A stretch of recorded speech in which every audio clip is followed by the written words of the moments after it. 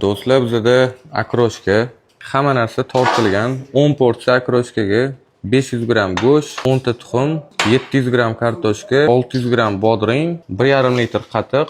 Aziz Shuhrat shogirdimiz, bizning akroshka boshqa akroshkalardan nimasi bilan farq qiladi, hozir ko'rib olasizlar. Shu holatda hozir suv solib qo'ysak, mana qatuvlarimiz ipir-ipir bo'lib qoladi. Qatuvlarni bir-biriga aralashtirib yedirib olishimiz kerak. 10 porsiyaga 30 gram tuz solamiz. Shogirdlarga shunaqa o'rgatamiz. Xo'p, akroshkamizning ustida zeliylar suzib yurmaslik uchun biz ukrop ustiga tuz solamiz. Tuzni ukrop ustiga solib, suvi chiqqungacha aralashtiriladi.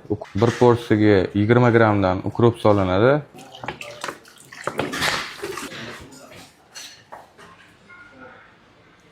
Akroshka yonida kireshki chips hamnaqasidan ikkita solib, sekin akroshkani o'zini ayroniga sekin bo'ktirasizlar.